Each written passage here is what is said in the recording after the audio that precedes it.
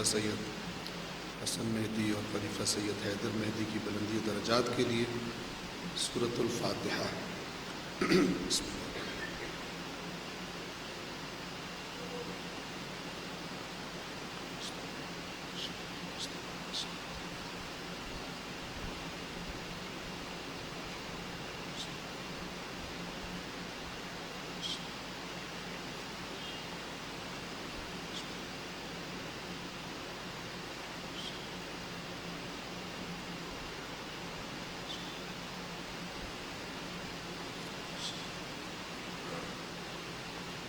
صلوات پڑھ محمد والا۔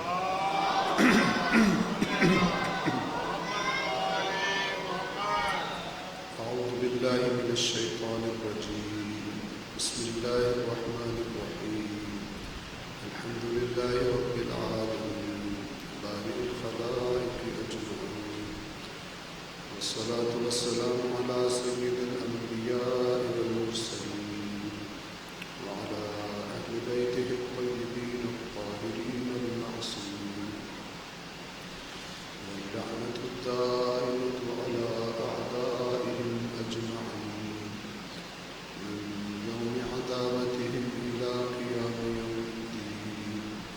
أما بعد فقد قال الله تعالى في القرآن الحكيم وهو أصدق القائلين: أعوذ بالله من الشيطان الرجيم، بسم الله الرحمن الرحيم. هو الذي أرسل رسوله بالهدى ودين الحق ليظهره على الدين كله وكفى بالله شهيدا. صدق الله العلي العظيم. صلوات پڑھیں محمد والا۔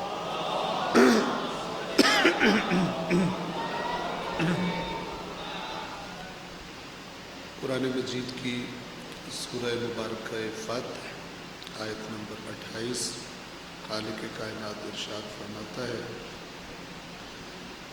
وہی اللہ ہے جس نے اپنے رسول کو ہدایت اور دین حق دے کر بھیجا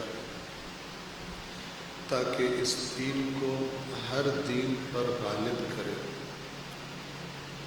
اور اس بات پر گواہی کے لیے اللہ کافی ہے۔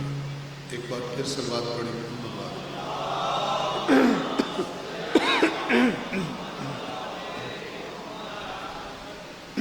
اس آیت کریمہ کے ذیل میں گزشتہ 3 دن آپ کی خدمت میں کچھ نکات کی طرف اشارہ کیا، اور آج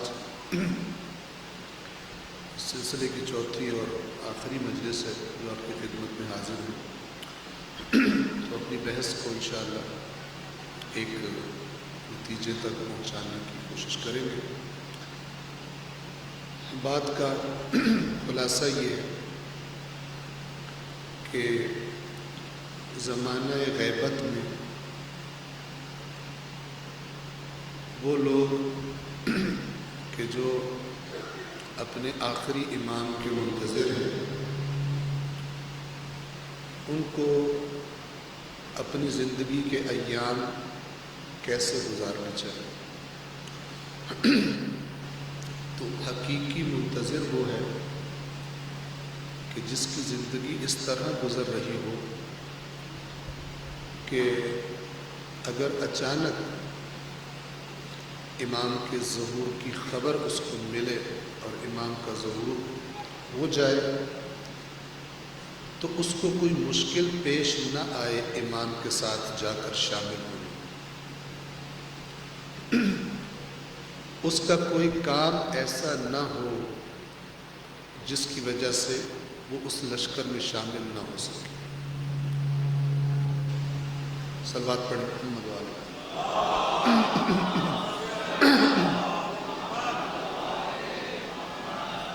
اس کا کوئی کام، اس کی کوئی صفت ایسی نہ ہو کہ جو امام کے ساتھیوں کو زیب نہیں دیتی۔ اس میں جو اہم بات ہے وہ ایک شیطان کا دھوکہ ہے جو ائمہ نے اپنی احادیث میں بیان فرمایا ہے۔ کہ کچھ لوگ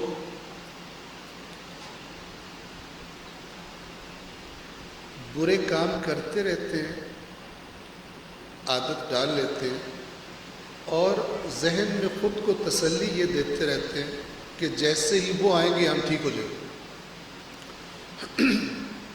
جیسے ہی وہ آئیں گے ہم ٹھیک ہو جائیں گے۔ ایسا نہیں ہوتا۔ جب اللہ کا نمائندہ آتا ہے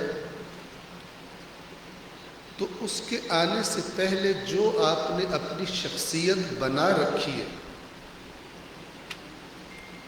بہت توجہ فرمائیے، جو آپ نے اپنی شخصیت بنا رکھی ہے، اور شخصیت بنتی ہے انسان کے اعمال سے، انسان کی باتوں سے نہیں بنتی۔ انسان کا عمل اس کی شخصیت بناتا ہے۔ تو جنہوں نے جو شخصیت اپنی بنائی ہوگی، اسی طرح کا فیصلہ وہ شخصیت ان سے کروائے گی، امام کی طرف جانا ہے یا امام کی طرف نہیں جانا۔ اور یہ شیطانی دھوکہ یہ فائدہ نہیں دے گا کہ ہم ابھی تو اونچ نیچ کر رہے ہیں، لیکن جب امام آئیں گے ہم توبہ کر لیں گے۔ یہ نہیں ہوتا۔ ائمہ نے اس چیز کو کل کر لوں گا، جب موقع آئے گا تو میں ٹھیک ہو جاؤں گا، اس کو ائمہ اہل بیت نے شیطان کے دھوکے کے طور پر تعارف کروایا۔ یعنی اپنی اصلاح کے فیصلے کو ٹالتے رہے، کل کر لیں گے، پرسوں کر لیں گے، 5 سال بعد کر لیں گے، 40 سال کی عمر میں کر لیں گے، ابھی تو جوانی ہے، ابھی تو انجوائے کرنا ہے۔ ان کی مثال اس طالب علم کی طرح ہے، اس اسٹوڈنٹ کی طرح ہے کہ جو سال بھر یہ کہتا رہتا ہے تیاری کر لوں گا، 6 مہینے رہ گئے، کیوں نہیں پڑھ رہے، کر لیں گے۔ میں نے سنا ہے لوگ مہینہ پڑھ کے پاس ہو جاتے ہیں، کر لوں گا۔ یہ کر لوں گا کی عادت اتنی پختہ ہوئی ہے دوسرے کاموں میں ٹائم ضائع کرنے کی کہ اب اگرچہ دیکھ رہے کہ ٹائم سر پہ آ گیا، پھر بھی وہ کر لوں گا والی صفت اپنا کام دکھاتی ہے، اور بالآخر فیل ہو جاتا ہے۔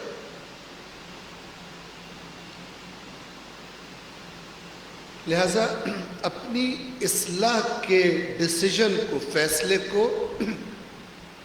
اگر کوئی مؤخر کر رہا ہے کہ کر لوں گا، تو اپنے ائمہ کے بیانات کی روشنی میں سمجھ لے کہ شیطان کے دھوکے میں آیا ہوا۔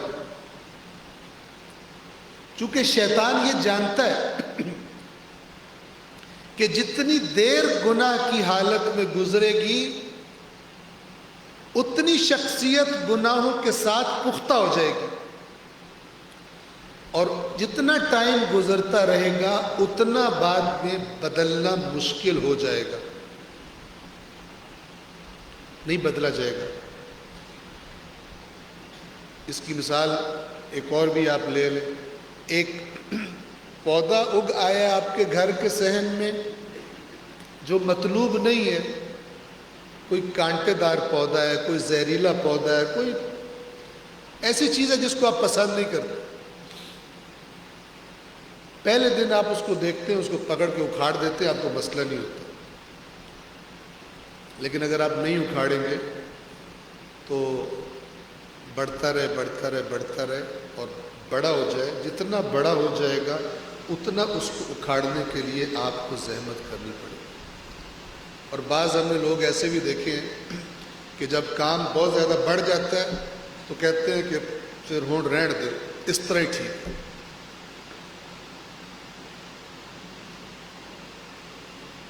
امام کا حقیقی منتظر بننے کے لیے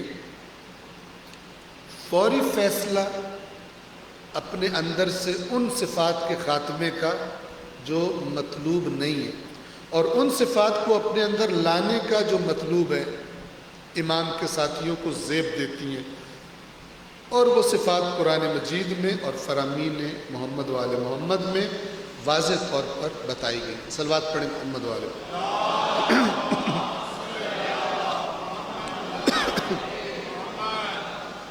یہاں پر جو اگلی بات آپ کی خدمت میں عرض کرنا چاہتا ہوں، اور وہ بھی آیات قرآن ہی کی مدد سے، وہ یہ کہ اب آپ میں سے جتنے لوگ بھی آپ یعنی مومنین مومنات میری بات کو سن رہی ہیں، وہ ذرا ایک دفعہ اپنے بارے میں سوچیں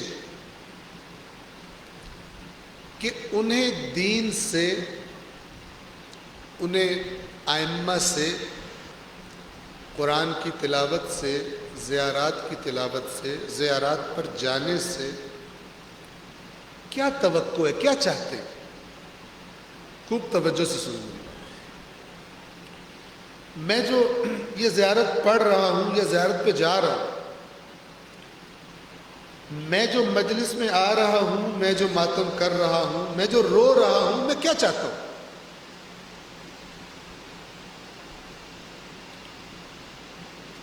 دو گروہوں میں تقسیم کرتا ہوں، البتہ دونوں کے درجات ہو سکتے ہیں، اور ہو سکتا ہے کہ ایک گروپ کے بندے میں دوسرے گروپ کی کچھ صفات موجود ہوں، اور اس گروپ کے بندے میں اس گروپ کی صفات موجود ہوں، لیکن میں آپ کو سمجھانے کے لیے، تصویر واضح کرنے کے لیے دونوں گروپس کو الگ الگ کر کے دکھا رہا ہوں۔ یعنی دونوں گروپس میں جو کمال پر لوگ ہیں، اونچے لیولز پر لوگ ہیں دین کے معاملے میں، دونوں کلمہ پڑھنے والے ہیں، دونوں مثلاً اپنے آپ کو مومن کہتے ہیں، دین سے انہیں کیا توقع؟ یا بالخصوص میں عرض کروں، عزاداری جو کرتے ہیں کیا سوچ کے کرتے ہیں؟ کیا یہ عزاداری؟ آپ فوراً کہیں گے غم امام حسین ہے، امام حسین کے غم میں کرتے ہیں، غم میں کرتے ہیں، لیکن میں اس سے آگے آپ کو بڑھانا چاہتا ہوں کہ ہم امام حسین کے غم میں عزاداری کر رہے ہیں، کیوں؟ میں عرض کی کہ دو گروپس، ایک گروپ انتہائی مس گائیڈڈ ہے، اور ایک بہت ہی بلند چیز کو ایک بہت ہی سستی اور پست چیز میں سودا کر رہا ہے۔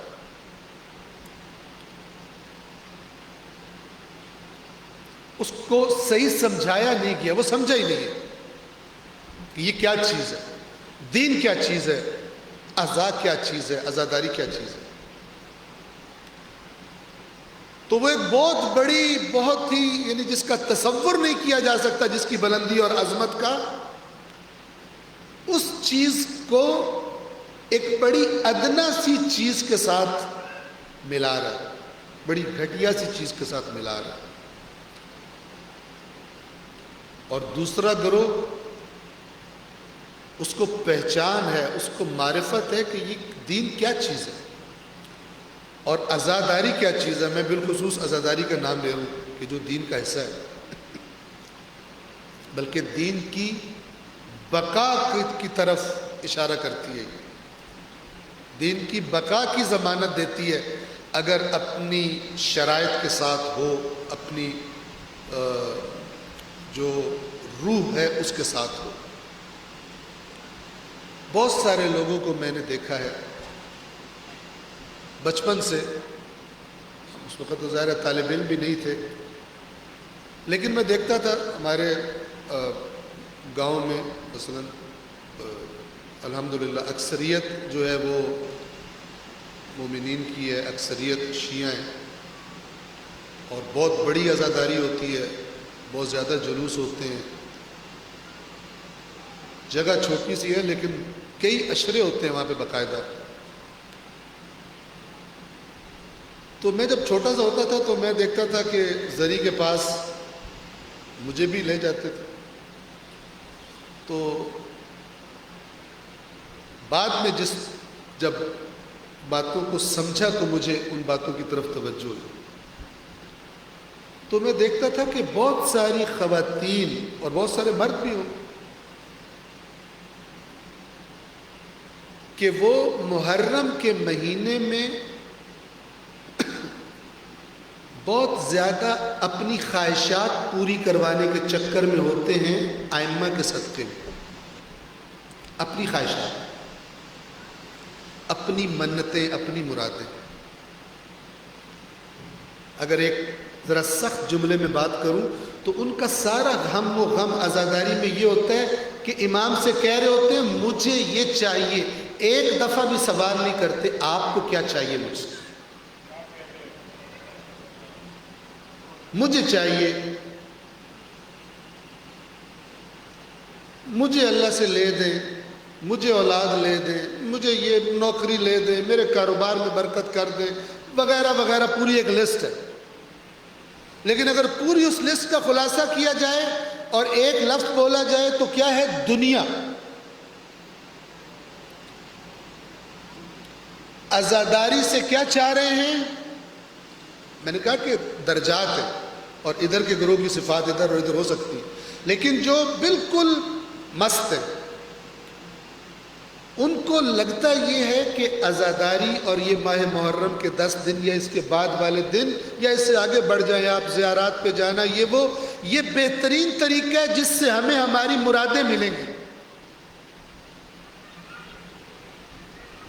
اور اتنے اپنی مرادوں میں غرق ہیں کہ جو امام چاہتے ہیں اور جو ان کی مراد ہے ادھر توجہ ہی نہیں کرتے، اور خلوص نیت سے کر رہے ہیں۔ ایسا نہیں ہے کہ کوئی امام کو دھوکہ دے رہے ہیں، اس لیے کہ ان کی دنیا میں، ان کی نظروں میں ان کی تربیت ایسی ہوئی ہے، انہوں نے اپنے آس پاس کا ماحول یہ دیکھا ہے کہ ان کو سب سے بڑی چیز ہی دنیا لگتی ہے اور دنیا کی آرزویں لگتی ہیں، لہذا جا کے دھاگے باندھ رہے ہوتے ہیں وہاں کہ امام کو بھول نہ جائے کہ میں یہ کر کے گیا تھا، یہاں پر یہ منت مان کے آیا تھا، اور گھر آ کے بتائیں گے۔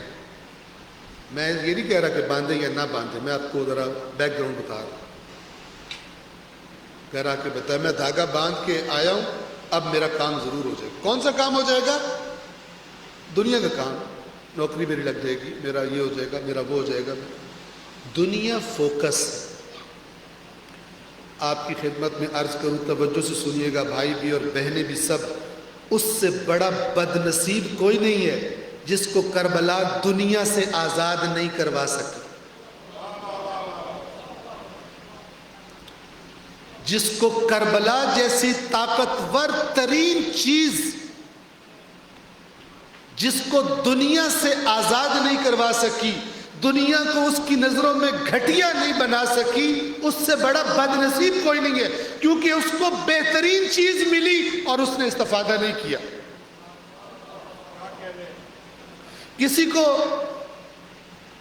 حسین میسر نہ ہو، ذکر حسین میسر نہ ہو، کربلا میسر نہ ہو، وہ دنیا پرست رہ جائے تو اتنا قابل مذمت نہیں ہے، اس کے مقابلے میں جس کو حسین میسر ہو، جس کو عزا میسر ہو، جس کو فرش عزا میسر ہو اور وہ پھر بھی دنیا پرست رہ جائے۔ کربلا ہے کیا؟ دنیا کو ٹھوکر لگانا۔ فرش عذاب پہ دنیا کو ٹھوکر لگانا سیکھیں، اور مس انڈرسٹینڈنگ بھی نہ ہو جائے میری بات سے، یہ بھی توجہ سے سن لیں کہ کوئی یہ سمجھے، چونکہ ہم صحیح بات دیر سے اور غلط بات جلدی سمجھتے، ٹھیک ہے؟ یہ دنیا کو ٹھوکر لگانے سے یہ مطلب نہیں ہے کہ جا کر کہیں سائڈ پہ کنارے پہ بیٹھ جائے اور اللہ اللہ کرنے شروع کرے۔ یہ الگ بیٹھ جانا، یہ رہبانیت، اس کو محمد و آل محمد نے منع فرمایا۔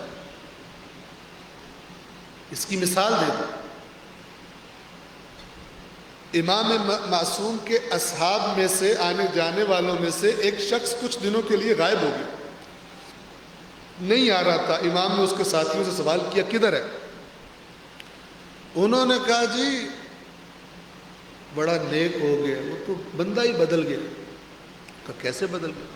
وہ سب کچھ چھوڑ چھاڑ کے اور وہ فلان جگہ میں بیٹھ گیا، نمازوں پہ نمازیں، اور بس اللہ کے ذکر کے علاوہ اس کو کام ہی کوئی نہیں۔ امام نے پوچھا تو اس کے تو بیوی تھی، اس کے بچے تھے، تو ان کا انتظام کون کرتا ہے؟ انہیں کھانا پینا کون دیتا ہے؟ تو انہوں نے کہا کہ یہ سعادت اللہ نے ہمیں نصیب کی ہے، اتنے نیک بندے کی خدمت کریں اور اس کو ہم جا کر جناب سارا کھانا چانا وہ پرووائڈ کرتے ہیں۔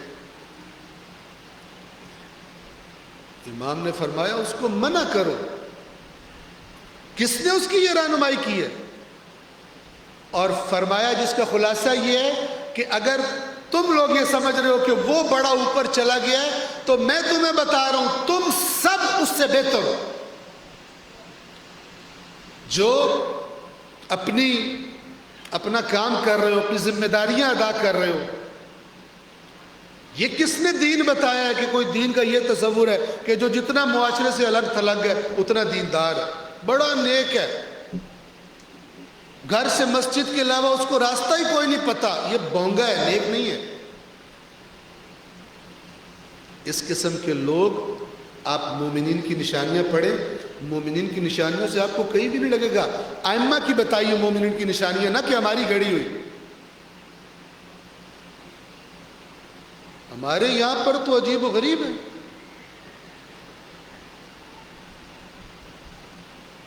کہ جو بونگا نظر آئے اس کو پیر بنا لیتے ہیں۔ یہاں وقت نہیں ہے میں داستان تلانی، میں صرف اشارہ کر رہا ہوں۔ میں پاسپورٹ دفتر پاسپورٹ بنوانے گیا ایک دفعہ، میرے ساتھ ایک عزیز تھا کہ جس کو میں بستر میں سے کھینچ کے لے کے گیا تھا ساتھ، منہ بھی صحیح طرح دھویا ہوا تھا، اس کا پاسپورٹ گما ہوا تھا، گمے ہوئے پاسپورٹ کے لیے FIR کروانی پڑتی۔ تو ہم جب وہ مختلف بینچز کراس کرتے کرتے ایک جگہ پہ پہنچے تو اس بندے نے، ساتھ میں بھی تھا میں اس کے سارے جواب دے رہا تھا، تو اس نے کہا کہ آپ پرانا پاسپورٹ نہیں ہے؟ تو میں نے کہا جی نہیں ہے۔ اب اس نے ان سے جو آدھے سوئے ہوئے تھے اور آدھے ہوش میں بھی نہیں تھے، ان سے اس بندے نے پوچھا، یہ حقیقی واقعہ آپ کو بتا رہا ہوں، اس قوم کی نفسیات دیکھیں، انہوں نے دین کا کیا بھلا کرنا۔ تو اس نے کہا کہ اس سے سوال کیا، تو اس نے سوال کچھ اور کیا، اس نے جواب کچھ اور دیا جو میرے ساتھ تھا، یعنی سوال گندم جواب چنا۔ اس نے غور سے دیکھا، اب حالت بگڑی ہوئی، بال بکھرے ہوئے اس طرح، تو وہ مجھ سے کہتا ہے، اے تھوڑے سرکار نے، تھوڑے بزرگ نے، پیر نے، حالانکہ مجھ سے چھوٹی عمر کا میرے ساتھ تھا۔ تو میں نے تقیہ کیا، چپ کر گیا، چونکہ پاسپورٹ بنانا بھی ضروری تھا۔ تو وہ بندہ کہتا ہے اسی بھی منن والے ہیں، اسی بھی پیری مرید۔ اس نے کہا لوڑ ہی کوئی نہیں FIR کراون دی، تو یہ وہ سارے اس نے بھر کے خود ہی کر کے دی۔ یہ حالت ہے۔ دولے شاہ کی چوئیاں آپ نے دیکھی ہیں، دولے شاہ کی چوئیاں، مجھے بچپن سے میری امی ان سے ڈراتی تھی، ان کی بد دعا فوراً لگ جاتی، وہ یہ خود بد دعا ہے بیچارے، جس طرح کہ ان کے ساتھ ہو گیا بیچاروں کے ساتھ، جن ظالموں نے کر دیا، اس سے بڑی بد دعا کیا ہے کہ ان کو جب بھی پیسے مانگے فوراً یہ ہماری قوم کے ذہنوں میں فیڈ کیا ہو۔ یہ پستیاں کہاں اور مکتب حسین کہاں؟ حسین جس کے شعور میں نورانیت پھیلا رہا ہو، وہ ان گھٹیا باتوں کی طرف کیوں آئے؟ توجہ فرما رہے؟ ایک صلوات پڑھیے محمد والے۔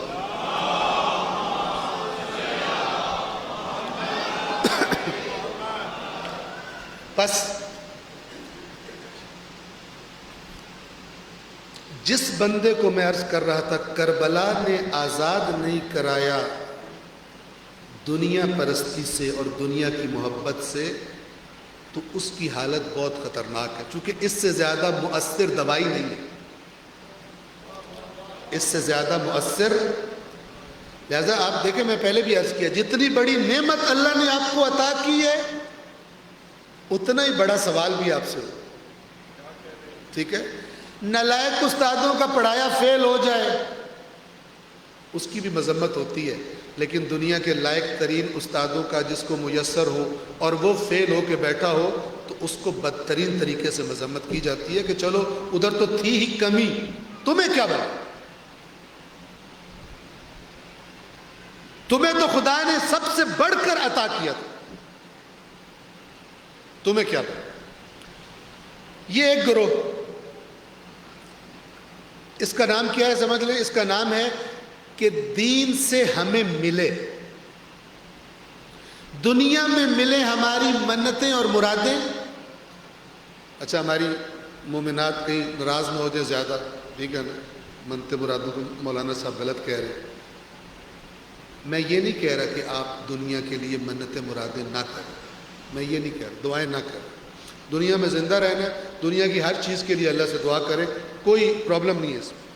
لیکن میں کیا کہنا چاہ رہا ہوں، میں یہ نہیں کہنا چاہ رہا کہ آپ دنیا کے لیے دعا نہ کریں، کہ میں یہ کہہ رہا ہوں کہ آپ کے ذہن میں جو حسین سکھانا چاہتے ہیں وہ چیز بڑی ہے، یا جس کو حسین نے ٹھوکر لگائی ہے وہ بڑی ہے؟ آپ کے دماغ میں کیا چیز بھری ہوئی ہے؟ وہ جو حسین کا درد تھا، وہ جس کے پیچھے حسین دوڑ رہے تھے، یا وہ جس کو حسین ٹھوکر لگا رہے تھے؟ اور پھر کہوں قطعاً مراد نہیں ہے کہ بندہ دنیا کے لیے محنت نہ کرے، نوکری نہ کرے، پڑھائی نہ کرے، کاروبار نہ کرے. دین کہتا ہے اس طرح کرو دنیا کے لیے کہ دوسرے پیچھے رہ جائیں، تم آگے نکل جاؤ، تاکہ تمہارے ہاتھ عطا کرنے والے ہوں، دینے والے ہوں، رہنمائی کرنے والے ہوں زندگی کے ہر شعبے میں، جس شعبے میں تم ہو. میں پہلے بھی عرض کر چکا، تاکہ آپ اپنی خدمات امام کو پیش کر سکیں. بلکہ امام کو پیش کرنا تو یہ تو بڑی دور کی بات ہے، آج ہی پیش کر دیں، صاف کر کے خود کو، پاک کر کے خود کو، اپنے کام کو آلودگیوں سے آج ہی پیش کر دیں کہ امام آپ کے آنا تو جب خدا کی مرضی ہوگی ہوگا، میں آج سے خود کو پیش کر رہا ہوں آپ کی بارگاہ میں، جو کام کروں گا آپ کے مکتب کی تقویت کے لیے استعمال ہوگا. بس آپ کا کاروبار پھر پیسوں کے لیے نہیں ہوگا. پیسے تو ملنے ہیں، جو آپ محنت کرو گے پیسے ملیں گے، لیکن آپ نے پہنچنا کہاں پر ہے؟ جس کی نیت یہ میں نے پیسوں تک پہنچنا ہے، یا پیسوں سے میں نے جس کی نیت میں اینڈ دنیا پہ ہی ہو رہا ہے، اس کا وہ دھوکہ کھا گیا، نقصان کا سودا کر دیا. کامیاب کون ہے؟ کہ جس کا اصل مقصد اپنے امام کی، وقت کے امام کی رضا، اور ان سے بھی اوپر کے درجے پر در حقیقت جو آخری الٹیمیٹ ہدف ہوتا ہے اللہ کی رضا. کہ جو حسین بھی سکھا رہے ہیں کربلا میں، ہر شہید جو گرتا ہے گھوڑے سے فرماتے ہیں رضن بقضائہ و تسلیما لامرہ، حسین اس کی قضا پر، اس کے حکم پر راضی ہے. اس کی رضا کے پیچھے چلنا، اس کی رضا حاصل کرنے کے لیے، یہ کربلا کا خلاصہ. تو ایک ہیں دین کے پاس آتے ہیں تاکہ لیں. ان کی تصویر اللہ نے قرآن میں چند جگہوں پہ مثال دی. کیا مثال دی؟ خلاصہ بتا رہا ہوں سب جگہوں کا. وہ یہ کہ جب تم کسی مصیبت میں پھنس جاتے ہو تو کھڑے ہوئے اور بیٹھے ہوئے اور لیٹے ہوئے تمہیں اللہ یاد آتا ہے. جب تکلیف میں ہو، جتنی تکلیف شدید اتنی اللہ کی یاد شدید. اور جیسے ہی اللہ تمہیں وہ جو تکلیف تھی دور کر دیتا ہے، تم ایسے گزرتے ہو جیسے کبھی اللہ کو پکارا ہی نہیں، ایسے بھولتے ہو اللہ کو. یہ دنیا دار کاروباری لوگ ہیں. اللہ سے کاروبار کرنا چاہتے ہیں، ایک تجارت ہے بلند تجارت جو قرآن نے بتائی ہے. ایک تجارت ہے دنیا کی تجارت اللہ سے، کہ اللہ تب یاد آتا ہے جب میری دنیا کا معاملہ کہیں پھنس جاتا ہے.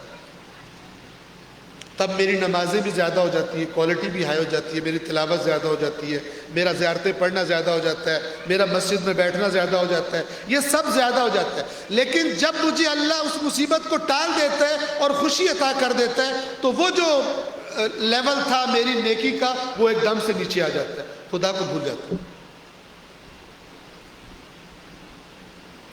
ایک یہ طبقہ، یہ اسلام کو، دین کو ایک ٹول سمجھتے ہیں دنیا حاصل کرنے کا، کہ اللہ دلوا دے گا، پاکوں کے صدقے مل جائے گا، اس طرح. اور دوسرا گروہ کون سا ہے؟ اس کو میں آپ کو قرآن مجید کی آیت سے بتاتا ہوں۔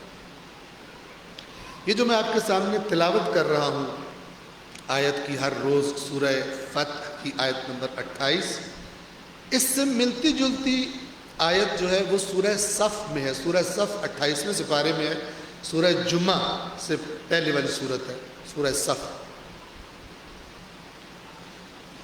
اسی طرح کی آیت ہے، تھوڑی اینڈ اس کا تبدیل ہے، شروع یہی والا ہے۔ کیا فرماتا ہے اللہ؟ بسم اللہ الرحمن الرحیم، هو الذی ارسل رسولہ بالہدی ودین الحق لیظہرہ علی الدین کلہ ولو کرہ المشرکون۔ اگرچہ مشرکوں کو برا ہی کیوں نہ لگے، اللہ نے غالب کر کے چھوڑنا اپنے دین کو۔ یہ بات کر کے آگے اللہ تبارک و تعالی نے جو فرمایا ہے وہ یہ دوسرا گروہ ہے جس کو گویا حقیقی معرفت دین ہو گئی ہے، جس کو حقیقی معرفت امام حسین ہو گئی ہے، جس کو حقیقی معرفت اہل بیت ہو گئی ہے، اس کی نظروں میں دنیا کی پستی واضح ہو گئی ہے، دنیا کا گھٹیا پن واضح ہو گیا ہے۔ اللہ تبارک و تعالیٰ کے الفاظ سے سنیے، کیا فرمایا؟ یا ایہا الذین آمنوا، اے وہ لوگوں جو ایمان لائے ہو، ہل ادلکم، میں تمہاری رہنمائی کروں، میں تمہیں بتاؤں، علی تجارت، ایک تجارت کے بارے میں تمہیں بتاؤں، ایک بزنس، ایک کاروبار کے بارے میں بتاؤں۔ اللہ کہہ رہے مومنوں سے، ہل ادلکم علی تجارت، میں تمہیں ایک ایسی تجارت کے بارے میں بتاؤں، تنجیکم من عذاب علیم، کہ وہ تجارت تمہیں دردناک عذاب سے نجات دلوا دے۔ اب یہ قرآن کا لہجہ ہے، قرآن کا لہجہ ان بہت ساری باتوں سے ڈیفرنٹ ہے کہ جو ہم نے سنی سنائی۔ اللہ کہہ رہے ہیں میں تمہیں ایک تجارت بتاؤں جو تمہیں دردناک عذاب سے نجات دلوا دے گی۔ اب ائمہ نے جو قرآن پڑھنے کے آداب بتائے، وہاں فرمایا کہ جب بھی اللہ کہے یا ایھا الذین آمنو، تم دل میں نیت کرو لبیک، میں حاضر ہوں، میں مومن ہوں، میں حاضر ہوں، یا اللہ تو نے جو کہنا ہے بتا، میں کروں گا۔ ایک اچھا غلام ایسا ہی ہوتا ہے، ٹھیک ہے نا؟ آپ نے دیکھو آفس میں وہ بیل لگی ہوتی ہے، جیسے ہی بیل دو باہر بندہ کہتا ہے یس سر، یا ایھا الذین آمنو بیل ہے قرآن پڑھنے والے کے لیے، یعنی اللہ تعالیٰ کہہ رہے ہیں میری طرف توجہ کرو، میں کچھ تم سے چاہ رہا ہوں۔ یا ایھا الذین آمنوا هل ادلکم علی تجارت تنجیکم من عذاب علیم، اے ایمان والوں میں تمہیں ایک ایسی تجارت کے بارے میں بتاؤں جو تمہیں عذاب علیم سے نجات دلوا دے گی۔ کون سی تجارت؟ آپ کے ذہن آمادہ ہیں، سنیے، تؤمنون باللہ ورسولہ، بنیاد، اللہ اور اس کے رسول پر ایمان لے آؤ۔ آپ کہیں عجیب، اوپر تو یا اللہ آپ نے ہمیں ہی کہا ہے ایمان والو، پھر نیچے کہہ رہے ایمان لے آؤ اللہ اور اس کے رسول پر، یہ کیا بات ہے؟ توجہ فرما رہے ہیں، یعنی اللہ کہہ رہے ہے کہ صرف گلہ نہ کرو اسی مومنہ، جس کو ایمان کہا جاتا ہے وہ ایمان لاؤ۔ تؤمنون باللہ ورسولہ، اللہ اور اس کے رسول پر ایمان لاؤ، اور آگے پھر 2 نمبر مال کو صاف کرنے کا طریقہ بھی بتا دیا اللہ نے کہ 2 نمبر مال صاف ہو جائے گا جو اوپر سے۔ ایمان لانے کے بعد کیا کرو گے؟ وَتُجَاهِدُونَ فِي سَبِيلِ اللَّهِ بِأَمْوَالِكُمْ وَأَنفُسِكُمْ، اور پھر اپنی جانوں اور اپنے مال سے اللہ کے راستے میں کوششیں کرو،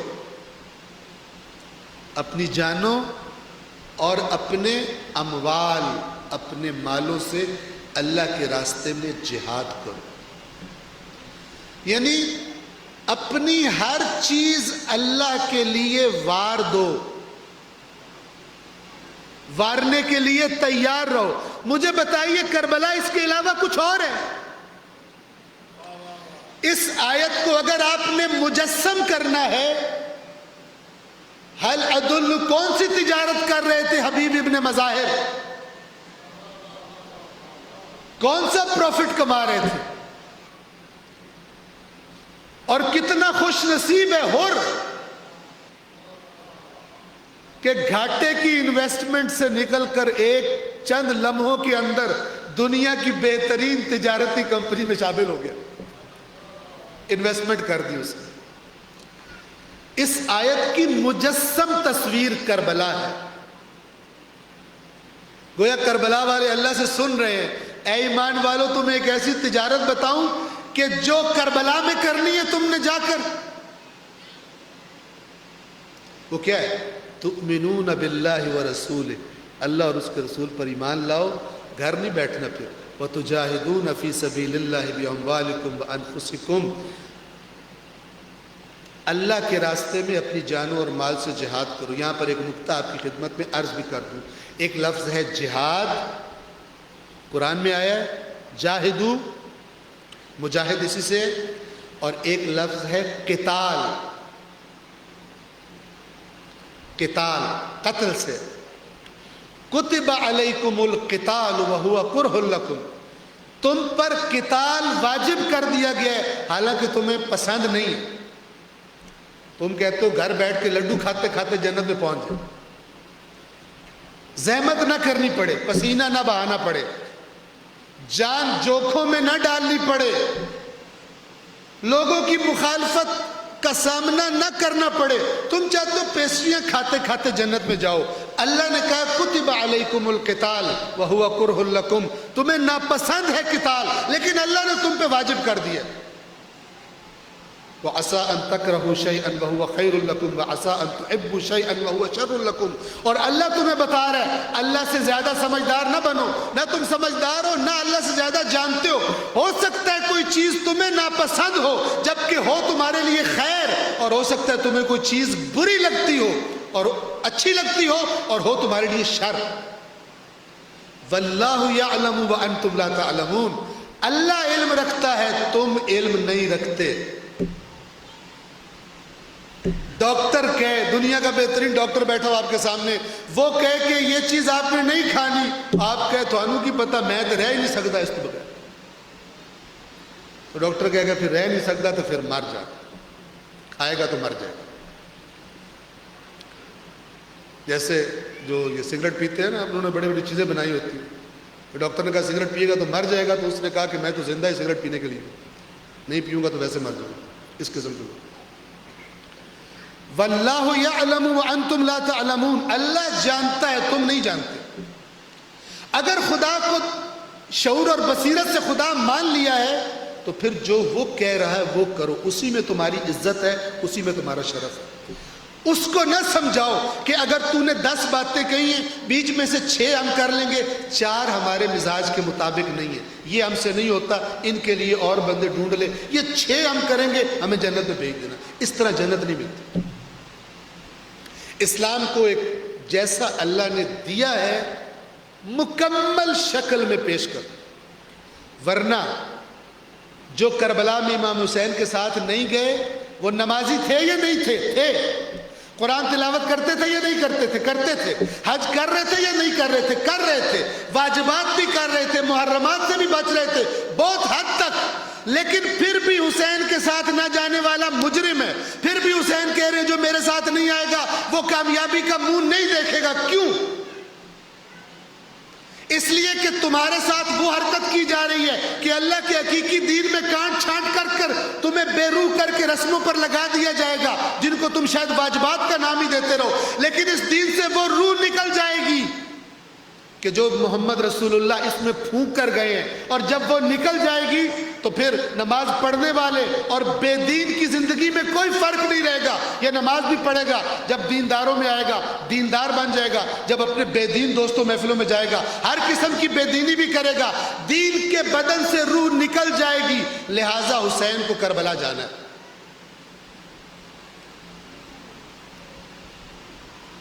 بس ایک لفظ قتال، ایک لفظ جہاد۔ جہاد کا معنی وسیع ہے، قتال کا معنی چھوٹا ہے۔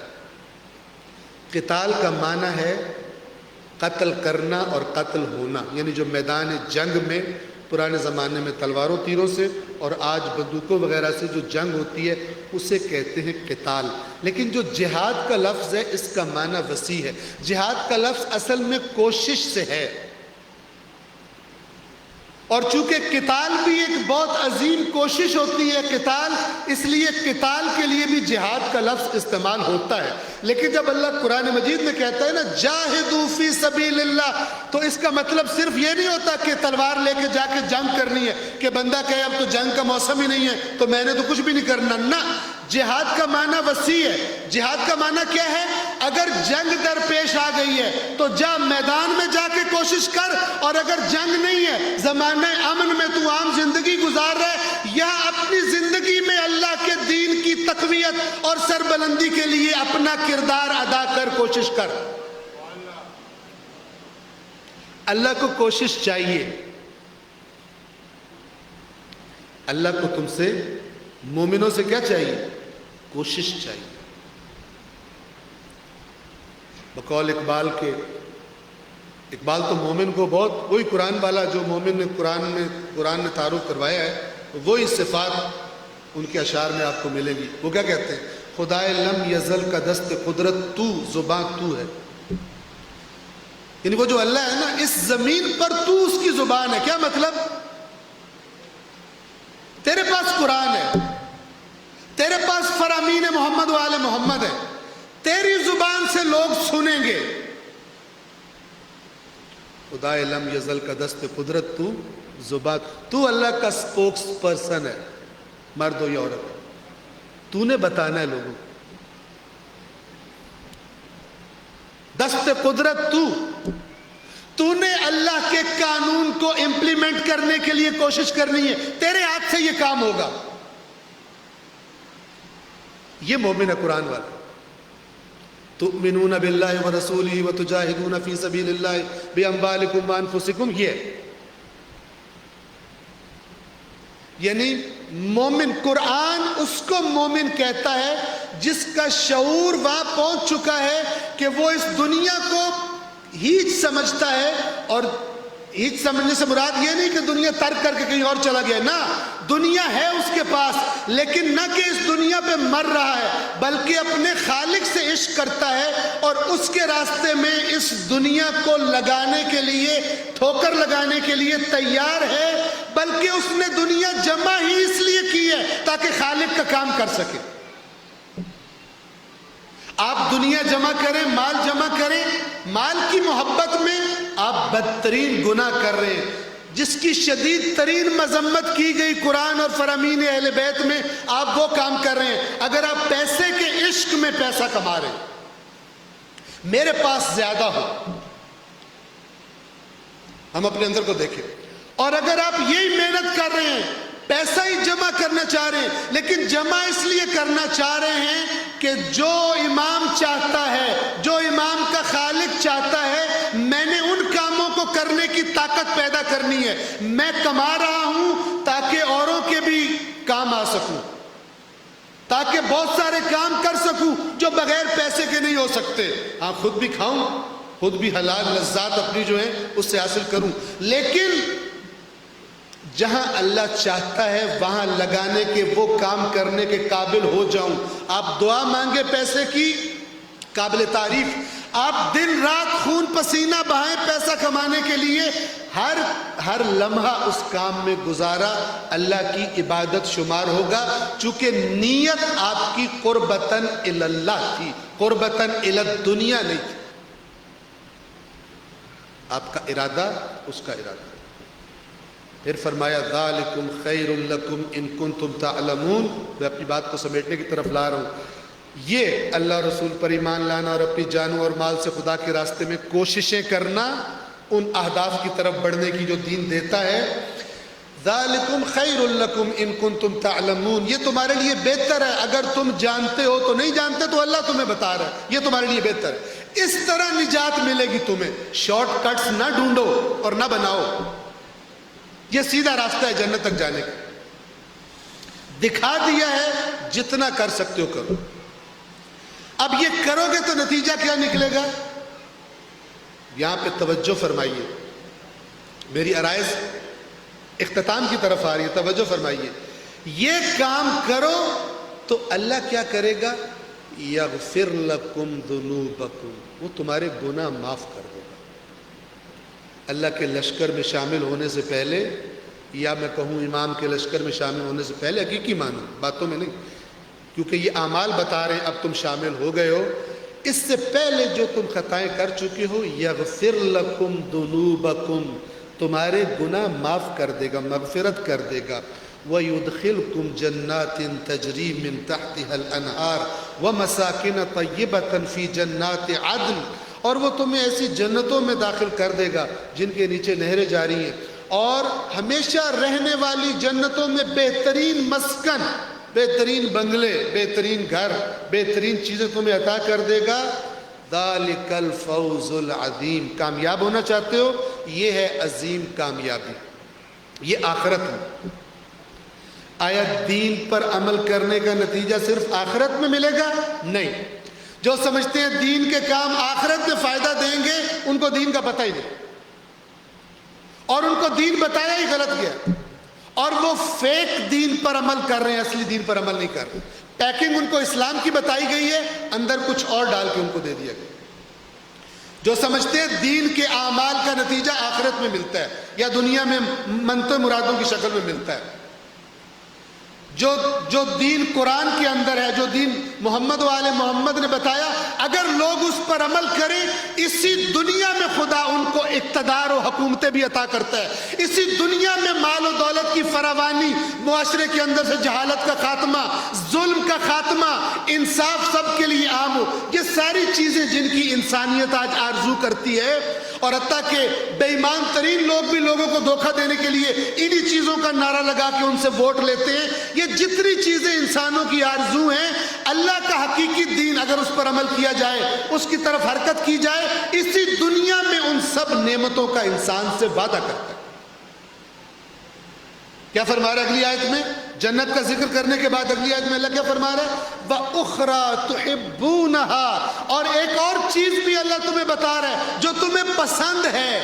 وَأُخْرَى، اور ایک اور چیز تُحِبُّونَهَا، جس سے تمہیں محبت ہے، تمہارا بہت جی چاہتا ہے تمہیں مل جائے، وہ کیا ہے؟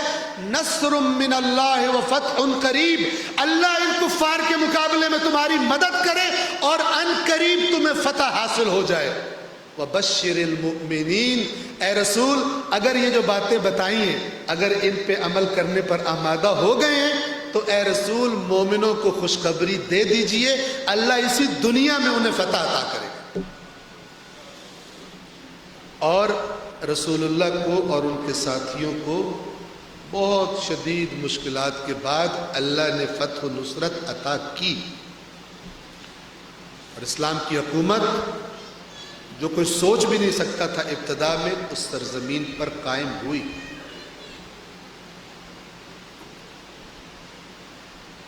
ایک آخری بات رہ گئی، وہ بھی آیت ہے۔ آپ یہ آیت جو پڑھنے لگا ہوں آپ سنتے رہتے ہیں، کربلا کے تناظر میں سنتے ہیں، میں پڑھوں گا تو آپ میں سے جو ماشاءاللہ آشنا ہے انہیں یاد آ جائے گی۔ چند آیتیں کہاں سے شروع ہوتی ہیں؟ وَلَا تَقُولُوا لِمَن يُقْتَلُ فِي سَبِيلِ اللَّهِ أَمْوَاتٌ، اور جو اللہ کے راستے میں قتل کر دیے جائیں انہیں مردہ نہ کہو، بل احیاء، بلکہ وہ زندہ ہے، وَلَٰكِن لَا تَشْعُرُونَ، تمہیں شعور ہی نہیں ہے۔ تم ان کی زندگی دیکھ لو تو یہاں کے امیر سے امیر بندے کو بھی اپنی زندگی گھٹیا لگنی شروع ہو جائے، ان کی زندگی اگر دیکھ لے تو۔ بل احیاء، وہ زندہ ہیں، وَلَٰكِن لَا تَشْعُرُونَ، تمہیں شعور نہیں، تم تصور نہیں کر سکتے ان کی زندگی کا جو خدا نے ان کو عطا کیا۔ اگلی آیت کون سی ہے؟ وَلَنَبْلُوَنَّكُمْ، سورۃ البقرہ کی آیت نمبر 155 ہے۔ وَلَنَبْلُوَنَّكُمْ، ہم یقیناً تمہیں آزمائیں گے۔ یہ آیتیں کب اتری ہیں؟ یہ کربلا کے لیے پڑھی جاتی ہیں، کربلا بعد میں ہوئی ہے۔ جب یہ آیات اتری تھی یہ وہ زمانہ تھا کہ جب اب جہاد بھی شروع ہو رہا تھا مسلمانوں کے لیے، اور دشمن بھی بڑھ رہے تھے، حملوں کا بھی خطرہ تھا، بڑے سخت حالات تھے۔ مدینہ میں منافقوں اور یہودیوں کے ساتھ مخالفت بڑی زیادہ ہو گئی تھی، اور ان کی چالیں سازشیں بہت زیادہ ہو گئی تھی، اور ادھر سے کفار مکہ کے حملے، ان کا خوف۔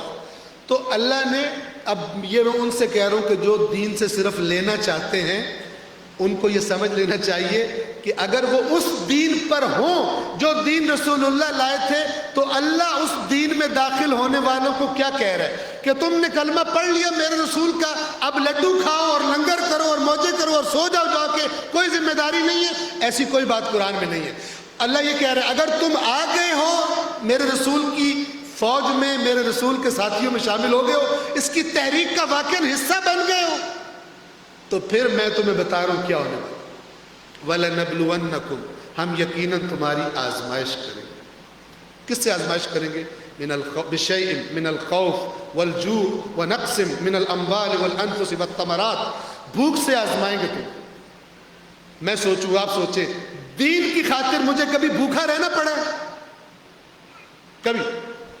خوف، میں کوئی دینی کام ایسا کر رہا ہوں جس کی وجہ سے مجھے خوف ہو میرا دوست مجھے چھوڑ جائے گا، دین کی وجہ سے میرا دوست مجھے چھوڑ جائے گا۔ ہم لوگ دین چھوڑ دیتے ہیں، دوست نہیں چھوڑتے۔ ہم لوگ اپنے فنکشنز میں حرام کام کر لیتے ہیں تاکہ لوگوں میں ہماری ناک نہ کٹے۔ بیٹے کی شادی کی ہے اور موسیقی کا بندوبست نہیں کیا، یہ بھی کوئی شادی ہے؟ میں نے ایک ایسی جگہ بھی دیکھی جہاں پر شادی میں گئے گاؤں میں، اور وہاں پر وہ جن کی شادی تھی وہ انتہائی متدین، واقعی متدین خاندان تھا، اور بیچ میں دوسرے لوگ بھی شامل تھے، ساری برادری بھی۔ تو جب اس کی بارات چلنے لگی تو ایک نے کہا بر محمد و آل محمد صلوات، اور لوگوں نے صلوات پڑھی، پیچھے سے ایک جاہل کہتا ہے اے شادی تے آئے ہیں یا جنازے تے آئے ہیں؟ کیونکہ اس نے بچپن سے شادی دیکھی، ناچنے ٹاپنے والی اور شراب کے نشے میں دھت ہو کر اور الٹی سیدھی حرکتیں کر کے، اور پتہ نہیں کیا کیا، میں نام وہ نہیں لینا چاہتا ہوں چیزوں کے کہ یہ محفل ایسی ہے۔ اس کے علاوہ انہیں شادی کا کانسیپٹ ہی نہیں ہے کہ اس کے علاوہ بھی شادی ہو سکتی۔ ان کو لگتا ہے صلوات جنازے پہ پڑھی جاتی ہے، شادی پہ نہیں پڑھی جاتی۔ آپ کہیں گے ہم نے تو ایسی نہیں دیکھی، آپ نے نہ دیکھی ہو، میں تو اپنی آنکھوں دیکھ کے حال بتا رہا ہوں۔ ایسے مناطق اور ایسی جگہ موجود ہیں۔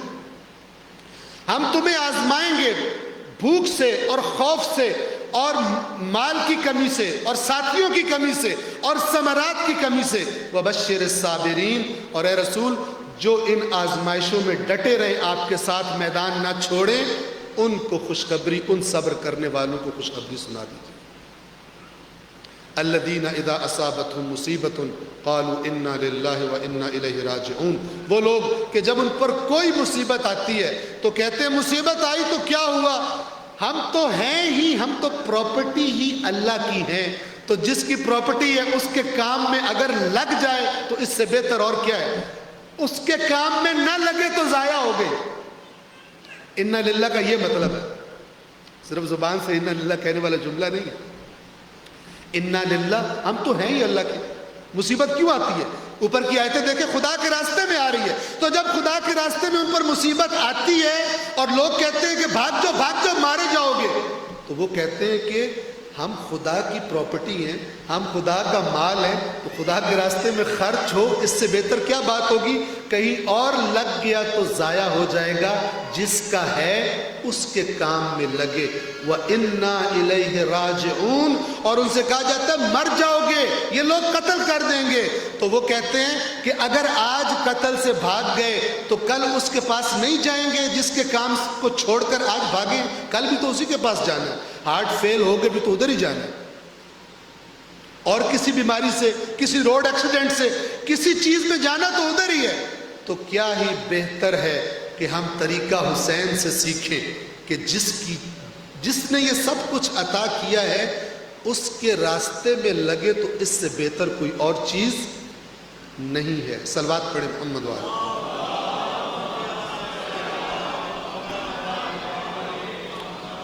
اولئک علیہم صلوات من ربہم ورحمہ۔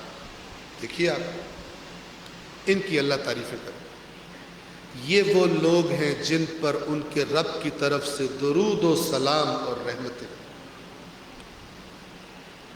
وَأُولَئِكَ هُمُ الْمُهْتَدُونَ، اور یہی ہیں ہدایت یافتہ۔ اللہ سٹیمپ لگا رہا ہے۔ ایک تو خدا کے راستے میں ہر آزمائش کے لیے تیار، میدان میں ڈٹنے والے، نہ ڈرنے والے، خدا کی خاطر سب کچھ دینے کے لیے اپنے آپ کو آمادہ رکھنے والے۔ یہ بنانا ہے، ایسا بنانا ہے مجھے اور آپ کو، ہم کو اپنے آپ کو ایسا بنانا ہے تاکہ ہمارے وقت کا امام جب ہم پر نگاہ کرے اس پردہ غیب سے تو اس کو ہم ویسے نظر نہ آئیں جیسے بعض کوفی دکھائی دیے، بیعت کر کے توڑ دینے والے، دشمن کے دھوکوں میں آ جانے والے، موت کے خوف سے ڈر کر حسین سے وفا کو ترک کر دینے والے، تنخواہوں اور وظیفوں کے لالچ میں آ کر حسین کو بیچ دینے والے، یہ لوگ در حقیقت ان کی دنیا پرستی سبب بنی آل محمد کے مصائب کا۔ ورنہ کوفے میں بہت لوگ تھے، نہ ڈرتے موت سے، نہ ڈرتے اس بات سے کہ ہمارے وظیفے ختم ہو جائیں گے جو حکومت وقت کی طرف سے لگے ہوئے، نہ دھوکے میں آتے، نہ مسلم ابن عقیل کی وہ مظلومانہ شہادت ہوتی، اور نہ کربلا میں دنیا کے پاکیزہ ترین بدن گھوڑوں کے نیچے پامال ہوتے، نہ ہی رسول اللہ کی بیٹیوں کو قیدی اور اسیر بنایا جاتا۔ عزادارو، یہ وہ ایام ہیں جن ایام میں بی بی زینب کوفہ تشریف لائی۔ اگر اہل بیت کی مصیبت سمجھنی ہو، اگر بی بی زینب کے دل کی حالت سمجھنی ہو، ہم نہیں سمجھ سکتے، لیکن ایک حد تک اگر سید سجاد کے دل کی حالت سمجھنی ہو تو پہلے یہ جاننا ضروری ہے کہ کوفہ کون سا شہر ہے۔ بی بی زینب کے لیے عزادارو کوفہ کوئی نئی جگہ نہیں ہے۔ 5 سال بی بی نے شہزادی کی طرح گزارے ہیں کوفہ۔ شہزادی سے میری مراد دنیا کی شہزادیاں نہیں ہیں جو امیر ہوتی ہیں، اور لیکن کوفہ کے حکمران کی بیٹی ہیں۔ مولا کی شہادت کے بعد 20 سال نہیں گزرے واقعہ کربلا پیش آئے، یعنی ابھی کوفہ میں بہت سارے وہ لوگ زندہ ہیں جو مولا علی کو بھی جانتے ہیں، جو بی بی زینب عالیہ کو بھی جانتے ہیں۔ کس طرح جانتے ہیں؟ معروف تھا کہ علی کی بیٹی قرآن کی تفسیر پڑھاتی ہیں کوفہ کی عورتوں کو، معلمہ قرآن تھی، اور اپنے بابا کی طرح اپنے بابا کے سیرت پر چلنے والی، یتیموں مسکینوں بیواؤں کا خیال رکھنے والی زینب اب کوفہ آ رہی ہیں دوبارہ۔ جب ایک انسان نے ایسا وقت گزارا ہو کسی شہر میں کہ جب ہر کوئی عزت کیا کرتا تھا، ہر کوئی سلام کیا کرتا تھا، ہر کوئی صدر محفل میں بٹھایا کرتا تھا، اب وہی ہستی آ رہی ہو اسی شہر میں اور شہر والے تماشا دیکھنے کے لیے جمع ہو کر کھڑے ہو، اور اس آنے والی ہستی کے ہاتھوں میں رسیاں ہوں اور وہ بھوکی پیاسی ہو اور اپنے پیاروں کے پامال لاشیں دیکھ چکی ہو اور بچوں چھوٹے چھوٹے یتیموں کو سنبھال کر تھکی ہوئی ہو اور اپنے عزیزوں کے سروں کو نیزوں کی انیوں پر دیکھ دیکھ کر اللہ سے دعائیں کر چکی ہو، اب وہ زینب داخل ہو رہی ہے کوفے میں۔ لیکن عزادارو یہ بات یاد رکھنا، بی بی زینب کا بدن تو اسیر ہے رسیوں میں، لیکن روح زینب آزاد ہے۔ میں جملہ عرض کروں آپ کی خدمت میں، یہ تھکی ہوئی زینب، یہ بھوکی پیاسی زینب، کیونکہ اپنے حصے کا کھانا بھی بچوں کو دے دیتی تھی، یہ بھوکی پیاسی زینب جب اسیروں کے ساتھ سید سجاد کے ساتھ دربار ابن زیاد میں داخل کیا گیا، مقتل نے لکھا کہ علی کی بیٹی نے ایک بڑا معمولی سا لباس پہنا تھا تاکہ کسی کی توجہ زینب کی طرف نہ ہو۔ یاد ہے نا زینب کو؟ اسی کوفے میں جب گھر سے نکلتی تھی تو دن کی روشنی میں نہیں، رات کے اندھیرے میں، اور بھائیوں نے چاروں طرف سے گھیرا ہوتا تھا کہ کسی نامحرم کی نگاہ بہن پر نہ پڑے۔ عزادارو یہ زینب آ رہی ہے، کچھ خواتین نے چاروں طرف سے گھیرا ہوا ہے، معمولی سا لباس ہے۔ جب دربار میں آئے یہ اسیر، سب لوگوں نے ابن زیاد لعین کو سلام کرنا شروع کیا، لیکن علی کی بیٹی بغیر سلام کیے ایک کنارے پر ہو کر بیٹھ گئی، ایک کنارے پر ہو کر بیٹھ گئی۔ یہ لعین میرا سلام مولا علی آپ کی غیرت پر، آپ سے یہ گوارا نہیں ہوا تھا کہ کوفے والے بی بی کا گریہ سنیں جب آپ کے سر پہ ضربت لگی تھی اور آپ نے حسن و حسین سے فرمایا تھا میرا گھر قریب آ گیا ہے، ان کوفیوں کو واپس بھیج دو، میں نہیں چاہتا میری بیٹی کی آواز سنے۔ میرا مولا علی آپ پر سلام۔ آئیے دیکھیے کوفہ کے دربار میں آپ کی بیٹی معمولی لباس میں بیٹھی ہے اور تخت پر ایک لعین شراب کے نشے میں تکبر کے انداز میں اپنی انگلی سے اشارہ کرتا ہے، من ہذہ المتکبرہ، یہ تکبر والی عورت کون ہے؟ بی بی جواب نہیں دیتی، کہتا ہے یہ کون متکبرہ ہے جس نے مجھے سوال نہیں کیا، اس کے ہاتھوں میں رسیاں ہیں، یہ ہمارے قیدی ہیں، پھر بھی اتنی جرأت ہے کہ مجھے آ کر سلام نہیں کیا۔ جب چند بار پوچھا تو کسی نے جواب دیا، اے ابن زیاد، یہ خاتون کوئی اور نہیں، نبی کی بیٹی زہرا کی بیٹی زینب ہے۔ اجرکم علی اللہ۔ عزادارو، اس لعین نے مکر کیا، اس لعین نے مکر کیا اور کہتا ہے اچھا یہ علی کی بیٹی ہے، اور خطاب کر کے کہتا ہے خدا نے تمہیں رسوا نہیں کیا۔ بی بی اٹھ کر کھڑی ہوئی، میں نے عرض کیا بدن تو اسیر ہے لیکن روح اسیر نہیں ہے۔ ایسا خطبہ دیا، ایسا جواب دیا بی بی زینب نے کہ دربار میں بیٹھے ہوئے لوگوں نے کہا کہ ایسا لگتا تھا جیسے زینب نہیں، زینب کا بابا علی خطاب کر رہا ہے۔ جواب دیا، کہا کہ جھوٹا تو اور رسوا تو فاسق ہوتا ہے اور وہ ہم نہیں ہیں، اللہ نے تو ہمیں نبوت کے ذریعے عزت بخشی ہے، ہمارا دشمن رسوا ہے۔ عزادارو، اب یہ خطاب کرتا ہے، اشارہ کرتا ہے سید سجاد کی طرف، کہتا ہے یہ شخص کون ہے؟ سید سجاد کہتے ہیں انا علی ابن الحسین، میرا نام علی ابن حسین ہے۔ یہ لعین کہتا ہے علی ابن حسین کو تو اللہ نے قتل نہیں کر دیا کربلا میں؟ سید سجاد بڑے اطمینان کے ساتھ کہتے ہیں وہ میرا بڑا بھائی تھا، وہ علی اکبر تھا، اس نے کہا اسے اللہ نے قتل کیا۔ سید سجاد نے فرمایا نہیں، اسے لوگوں نے قتل کیا، اسے اللہ نے قتل نہیں کیا۔ مکالمہ طولانی ہے لیکن میں یہاں پر تمام کروں کہ جب سید سجاد نے اس طرح جواب دیے، یہ لعین بگڑ گیا، غضبناک ہوا، سپاہیوں کو حکم دیتا ہے اس گستاخ کو قتل کر دو۔ اب جو سپاہی تلواریں لے کر آگے بڑھے تو علی کی بیٹی سید سجاد اور سپاہیوں کے درمیان آ گئی اور کہا ابن زیاد، ہمارے خون سے ابھی تک تیری پیاس نہیں بجھی، یہ میرے بھائی کی آخری نشانی ہے، اگر اسے بھی قتل کرنا چاہتا ہے تو پہلے تجھے زینب کو قتل کرنا پڑے گا، زینب اس امانت کی محافظ۔